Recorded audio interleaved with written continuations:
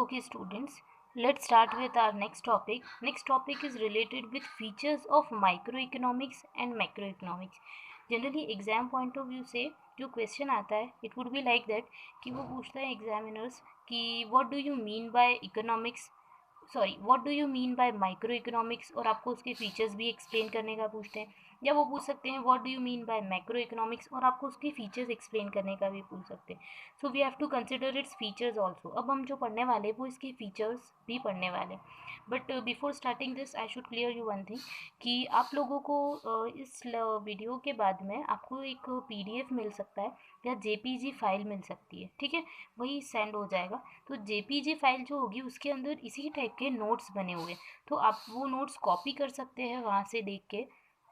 तो आप लोगों के लिए थोड़ा सा कन्वीनियंट होगा। प्लस कुछ ऐसे टॉपिक्स हैं हमारे जो हमने 11th क्लास में ऑलरेडी स्टडी कर रखे हैं, तो आप वहाँ से भी कुछ डेफिनेशंस जो हैं वो अभी कॉपी करके लिख सकते हैं, जैसे like micro economics macro economics के बारे में, प्लस ह्यूमन एक्टिविटी जो है इकोनॉमिक नॉन इकोनॉमिक, और जो डेफिनेशंस है वो सारी चीज़ें आप कुछ जो जो कंटेंट आपको वहाँ से अवेलेबल होता है वो अपन वहाँ से कॉपी आप लोग कर सकते हैं, कोई इसमें इशू नहीं है। और आपको इसका जो स्क्रीनशॉट है वो भी अवेलेबल हो जाएगा। Okay, so without wasting time we should started कि features of micro economics.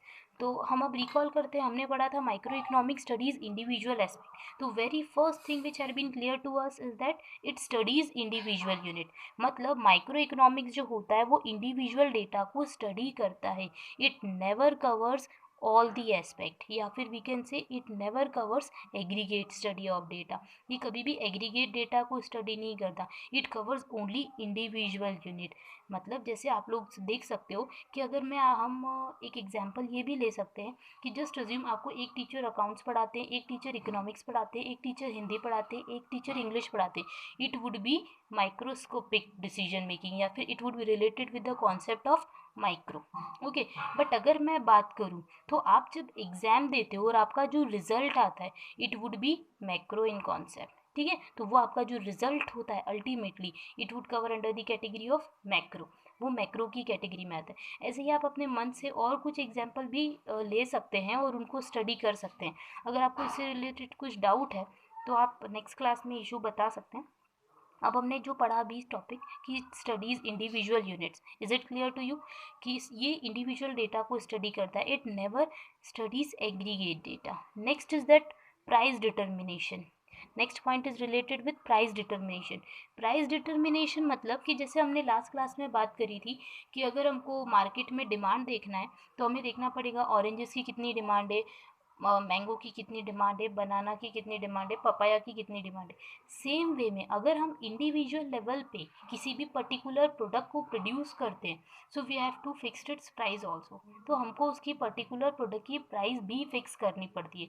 It is to be fixed by the market individual demand and individual supply, ठीक है। डिमांड और सप्लाई के इंटरसेक्शन से हमको प्राइस का डिटर्मिनेशन होता है। हम पहले डिमांड देखते हैं, फिर उसके बाद उसकी सप्लाई देखते हैं, फिर उसके अकॉर्डिंग हम क्या कर सकते हैं, उसकी प्राइस को डिटरमाइन करते हैं। तो इंडिविजुअल प्राइस का डिटर्मिनेशन जो होता है वो माइक्रो इकोनॉमिक्स में होता है।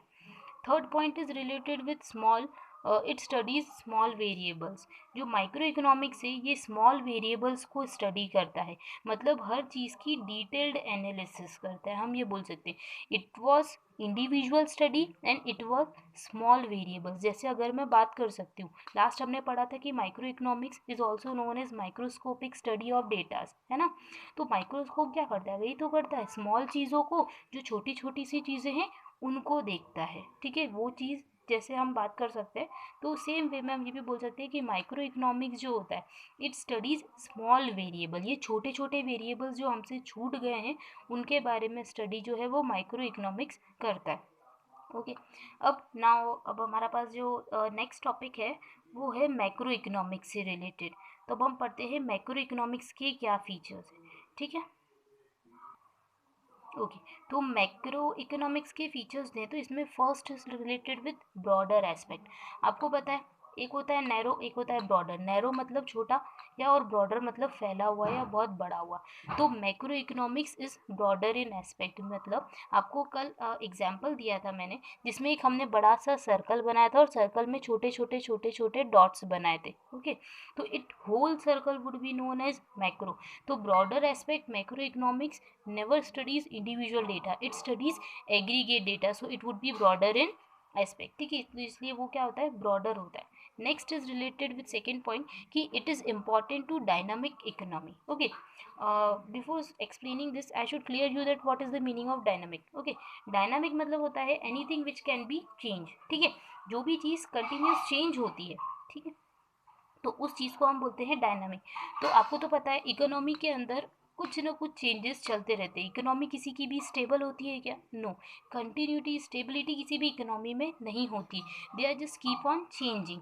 तो हम जब इकोनॉमी के अंदर डिसीजन मेकिंग करते हैं, इकोनॉमी मतलब कंट्री के अंदर, जब हम कंट्री के अंदर डिसीजन मेकिंग करते हैं and it would B dynamic in nature, तो हमको पूरी होल के लिए, पूरी कंट्री के लिए डिसीजन मेकिंग करनी पड़ती है। It would be cover under the category of macro concept. तो इस चीज़ को हम किसके कॉन्सेप्ट के अंदर डालते हैं? मैक्रो कॉन्सेप्ट के अंदर। जस्ट अज्यूम, आप एक एग्जांपल ले सकते हैं कि हमारी इकोनॉमी के अंदर अनएम्प्लॉयमेंट की कंडीशन, या किसी भी इकोनॉमी के अंदर अनएम्प्लॉयमेंट की कंडीशन है, तो आपको पता है मार्केट में इन्फ्लेशन आता है, मतलब प्राइजेस क्या हो जाते हैं जब मार्केट के अंदर हाई हो जाते हैं। तो उस कंडीशन के अंदर क्या होता है, प्राइजेस जब हाई हो जाते हैं उस कंडीशन के अंदर एम्प्लॉयमेंट जो होता है वो रिड्यूस हो जाता है, या ये बोल सकते हैं कि अनएम्प्लॉयमेंट की कंडीशन क्रिएट हो जाती है। तो इट वुड बी डायनामिक। ठीक है, ये एकदम से सडन चेंज हुआ मार्केट के अंदर, तो डायनामिक इकोनॉमी के अंदर जो डिसीजन मेकिंग होती है, it would be possible with the help of macro economics. Third point is related with analysis of general problem. मतलब मैक्रो इकोनॉमिक्स जो होता है वो जनरल प्रॉब्लम से रिलेटेड होता है। ठीक है, आप लोगों को पता है कि गवर्नमेंट हमेशा जब अपना फेबररी का मंथ होता है तो उसके अंदर गवर्नमेंट अपना एक बजट इशू करती है, बजट प्रेजेंट करती है। तो जो बजट होता है उसके अंदर क्या होता है, जो भी मॉनिटरी पॉलिसी, जो भी फिस्कल पॉलिसी, या जो भी गवर्नमेंट को प्लानिंग करनी पड़ती है पूरी इकोनॉमी को एक ईयर तक, पूरे 1 ईयर तक रन करने के लिए, उसके बारे में डिटेलिंग होती है। तो वही हमारी जनरल प्रॉब्लम्स है। तो एक इकोनॉमी को कौन कौन सी जनरल प्रॉब्लम्स फेस करनी पड़ती है, जस्ट लाइक एम्प्लॉयमेंट से रिलेटेड होता है, एजुकेशन पे कितना एक्सपेंडिचर करना है, मॉनिटरी पॉलिसी कौन सी प्रिवेल होनी चाहिए अपनी इकोनॉमी के अंदर, because there would be the uniformity, हर चीज़ के अंदर यूनिफॉर्मिटी होगी। मॉनिटरी पॉलिसी के अंदर जॉब अपॉर्चुनिटीज़ या एम्प्लॉयमेंट अपॉर्चुनिटी क्रिएट करने के अंदर, तो it would be decision related with macro economics. तो हम ये बोल सकते हैं कि macro economics would consider the analysis of general problem. जो भी जनरल प्रॉब्लम एक इंडिविजुअल फेस करता है तो वो उस प्रॉब्लम का solution would be available in macro economics. I think it is clear to you, so just move on to next topic. पर उसके पहले आप लोग ये ध्यान रखिए कि एक क्वेश्चन जो इंपॉर्टेंट बनता है एग्जाम पॉइंट ऑफ व्यू से, वो होता है difference between micro economics and macro economics.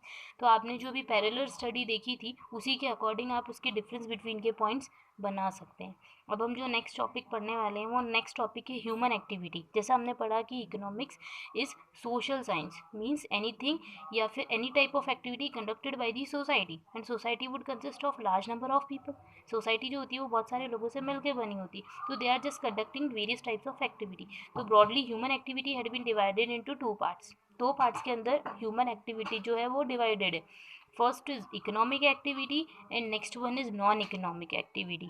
First जो है वो इकोनॉमिक एक्टिविटी होती है, नेक्स्ट होता है नॉन इकोनॉमिक एक्टिविटी। तो I am just going to explain you कि इकोनॉमिक एक्टिविटी और नॉन इकोनॉमिक एक्टिविटी क्या होता है।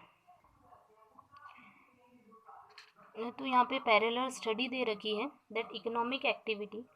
तो पहले हम सबसे पहले मीनिंग पढ़ते हैं। तो you know that economic activity which is related with wealth and creation of money, any activity conducted by human being, जो भी एक्टिविटी ह्यूमन बीइंग कंडक्ट कर रहे हैं with an object of earning money, creation of money और wealth. कोई भी अगर इंसान कुछ भी एक्टिविटी क्रिएट कर रहा है और उसका मेन मोटिव है जस्ट टू क्रिएट वेल्थ या फिर मनी का रोटेशन हो रहा है, तो it would be cover under the category of economic activity. Okay, so अब नेक्स्ट टॉपिक आता है, वो होता है नॉन इकोनॉमिक एक्टिविटी। तो नॉन इकोनॉमिक एक्टिविटी क्या होता है? नॉन मतलब क्या होता है? नॉन मतलब नॉट होता है। तो नॉट इकोनॉमिक एक्टिविटी मतलब जो चीज़ इकोनॉमिक एक्टिविटी नहीं है, मतलब any activity conducted by human being. ठीक है, but it should not be related with wealth और मनी क्रिएशन। जो भी एक्टिविटी वेल्थ क्रिएशन या मनी क्रिएशन से रिलेटेड नहीं होती है तो उस चीज़ को हम क्या बोलते हैं, नॉन इकोनॉमिक एक्टिविटी। ओके, तो अभी economic activities related with creation of money and wealth, and non economic activities are not related with creation of money और वेल्थ। ठीक है, I think I am being clear to you. Just हम example लेते हैं, एक example हम दोनों के अंदर लेंगे तो आपको समझ में आ जाएगा। अब हम एग्जाम्पल की बात करते हैं। तो इकोनॉमिक एक्टिविटी जो होता है, एग्जाम्पल लेते हैं तो कल्टीवेशन बाय फार्मर। एक फार्मर जो है उसने कल्टीवेशन किया है, मतलब उसने कुछ प्रोडक्शन किया फूड ग्रेन का, और उसने कल्टीवेशन किया, प्रोडक्शन किया फूड ग्रेन का, उसको फर्दर सप्लाई कर दिया, ठीक है, एक इंडस्ट्री को। तो इसके अगेंस्ट में उसे कुछ ना कुछ अमाउंट जनरेट हुआ होगा, उसने कुछ ना कुछ रिटर्न रिसीव करा होगा। सो it would be cover under the category of economic activity, just because उसको इसके अगेंस्ट में जो भी कल्टीवेटेड प्रोडक्ट था उसके अगेंस्ट में उसको मनी रिसीव हुआ। अब इसका सेकेंड एस्पेक्ट पढ़ते हैं। अभी भी फार्मर ने कल्टीवेशन किया, कल्टीवेशन फॉर ओन पर्पस, मतलब फार्मर ने कल्टीवेशन किया बट उसने फर्दर उसको सप्लाई नहीं करा कहीं पे भी, उसने डायरेक्ट अपने कंजम्पशन के लिए प्रोडक्शन किया था। तो इसमें कोई मनी का एक्सचेंज हुआ क्या? No. So it would not be cover under the category of it would not be cover under the category of economic activity. It would be considered as non economic activity, क्योंकि यहाँ पे money का exchange हुआ नहीं। तो हम simple words में बोल सकते हैं कि एक्टिविटी जिसके अंदर मनी का एक्सचेंज होता है, it would B come under the category of economic activity.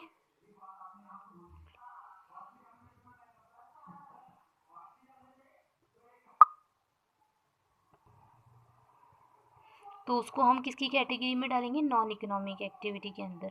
एक और एग्जाम्पल देते हैं, टीचिंग बाय अ टीचर। एक टीचर आपको स्कूल के अंदर पढ़ाते हैं तो it would be cover under the category of economic activity. But अगर आपकी मम्मी, आपके पापा, आपके भैया, आपकी दीदी अगर आपको पढ़ा रहे फ्री ऑफ कॉस्ट, तो कोई मनी का एक्सचेंज नहीं हो रहा, हम मम्मी को रुपए नहीं दे रहे कि मम्मी आपने पढ़ाया, या पापा को रुपए नहीं दे रहे, सो it would not cover under the category of economic activity. उस चीज़ को हम नॉन इकोनॉमिक एक्टिविटी बोलते हैं। अब थर्ड पॉइंट जो मोस्ट इम्पॉर्टेंट है, it is related with motivation. मतलब जो इकोनॉमिक एक्टिविटी होती है they are motivated by want, but non economic activity are not motivated by want, they are just motivated by desire. Okay, तो अब हमको समझना है कि what is difference between want and desire. ठीक है, तो इसके लिए एक जस्ट सिंपल सा एग्जांपल लेते हैं। अभी आप लोग स्टूडेंट्स हो, जस्ट अज्यूम आपको कुछ एक मोबाइल फ़ोन परचेज करना है, ठीक है, but you don't have enough money to pay that, to pay for it, हो ना, आपके पास पैसे नहीं है, आपको कुछ एक मोबाइल फ़ोन परचेज करना है, तो it would be your desire कि हाँ हमको मोबाइल परचेज करना है, हाँ हमको मोबाइल परचेज करना है। But if you have sufficient fund, अगर आपके पास सफिशिएंट फंड होता है, रुपए होते हैं आपके पास अवेलेबल, तो आप इजीली उस मोबाइल को परचेज कर लेते हो, it would be your want.